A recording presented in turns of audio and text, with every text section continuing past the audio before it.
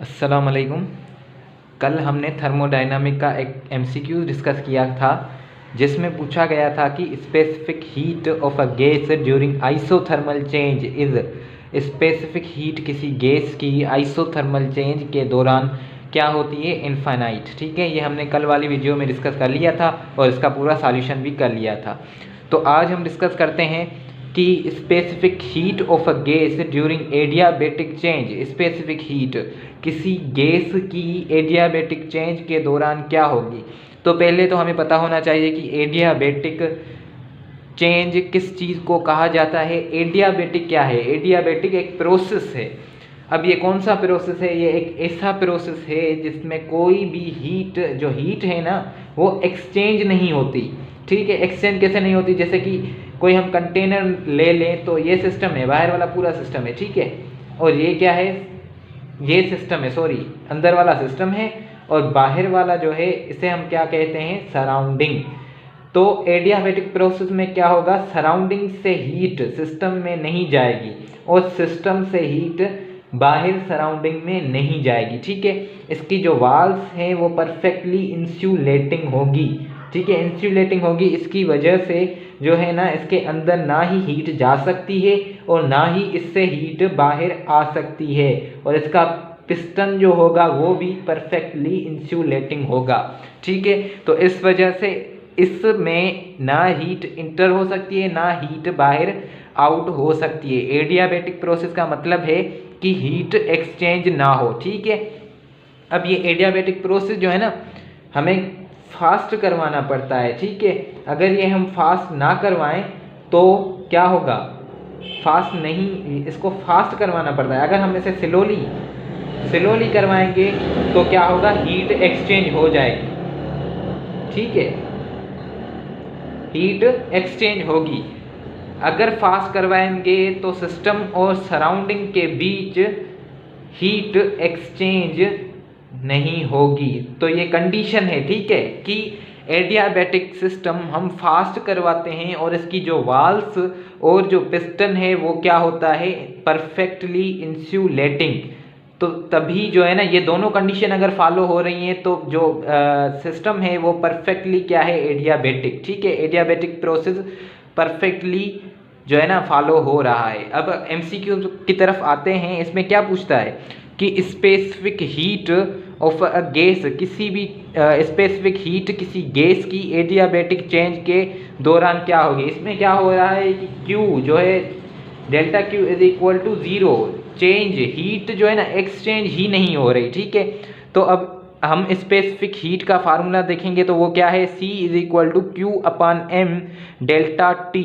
Adiabatic process में जो है ना, सिर्फ हीट एक्सचेंज नहीं होगी, टेम्परेचर जो है ना हमने ये नहीं कह सकते कि टेम्परेचर भी जीरो हो जाएगा। टेम्परेचर जीरो नहीं होगा, टेम्परेचर चेंज हो सकता है, प्रेशर भी चेंज हो सकता है, वॉल्यूम भी चेंज हो सकता है। ठीक है, अब स्पेसिफिक हीट का हम फार्मूला देखें तो क्या होगा? C is equal to Q upon M delta T। अब Q यहाँ पर क्या हो जाएगा? 0 divided by M delta T। ठीक है, अब 0 divided by M delta T, तो ये क्या हो जाएगा? 0। स्पेसिफिक हीट किसी गैस की किसके दौरान? एडियाबैटिक चेंज के दौरान क्या होगी? 0 हो जाएगी। 0 क्यों होती है? क्योंकि हीट ना ही एक्सचेंज हो ही नहीं रही सिस्टम और सराउंडिंग के बीच, तो हीट क्या हो जाएगी? 0 हो जाएगी। तो 0 को हम जब डिवाइड करेंगे M और डेल्टा T से तो क्या जवाब आएगा? 0। तो स्पेसिफिक हीट क्या हो गई? 0 हो गई। और हमने कल डिस्कस किया था कि स्पेसिफिक हीट किसी गैस की आइसोथर्मल चेंज के दौरान क्या हो जाती है? इनफाइनाइट। अब इनफाइनाइट कैसे? इनफाइनाइट का मतलब क्या है? हम किसी भी चीज़ को, ठीक है, डिवाइड करें किससे? 0 से, तो उसका जवाब क्या आएगा? इनफाइनाइट। यहाँ हम क्या कर रहे हैं? 0 को डिवाइड कर रहे हैं, इस वजह से 0 आ रहा है।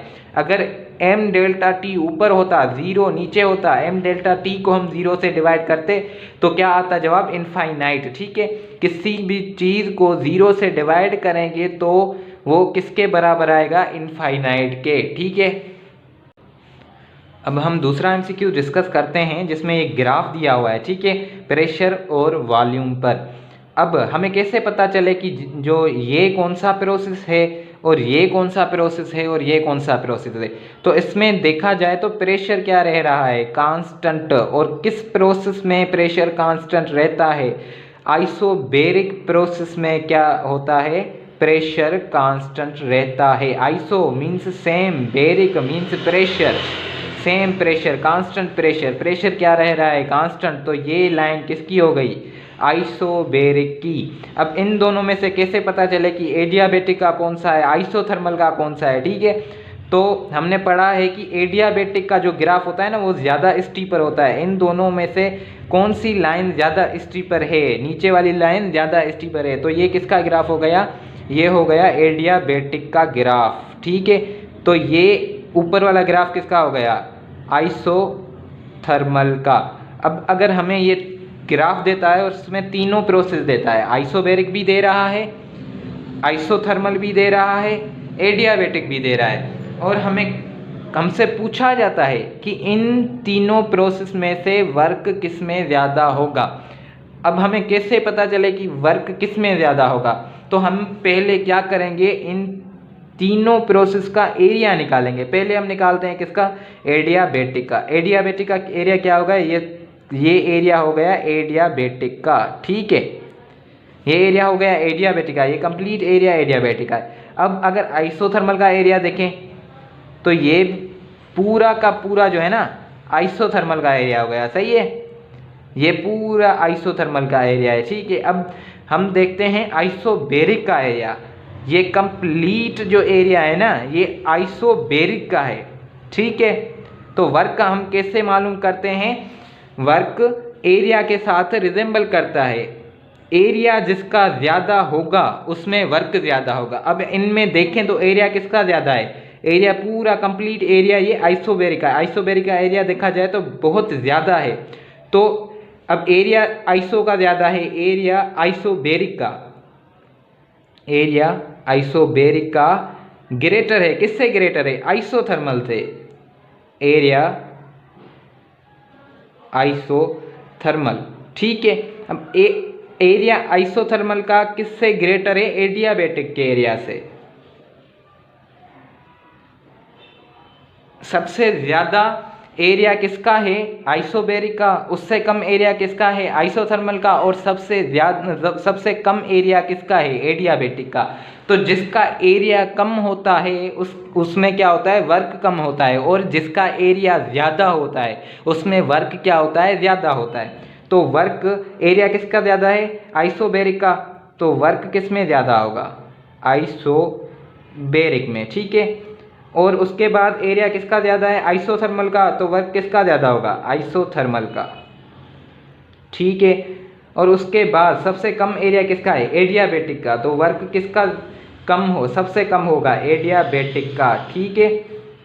वर्क आइसोबैरिक का ज़्यादा है, क्यों, क्योंकि एरिया जो आइसोबैरिक का है वो सबसे ज़्यादा है, ठीक है।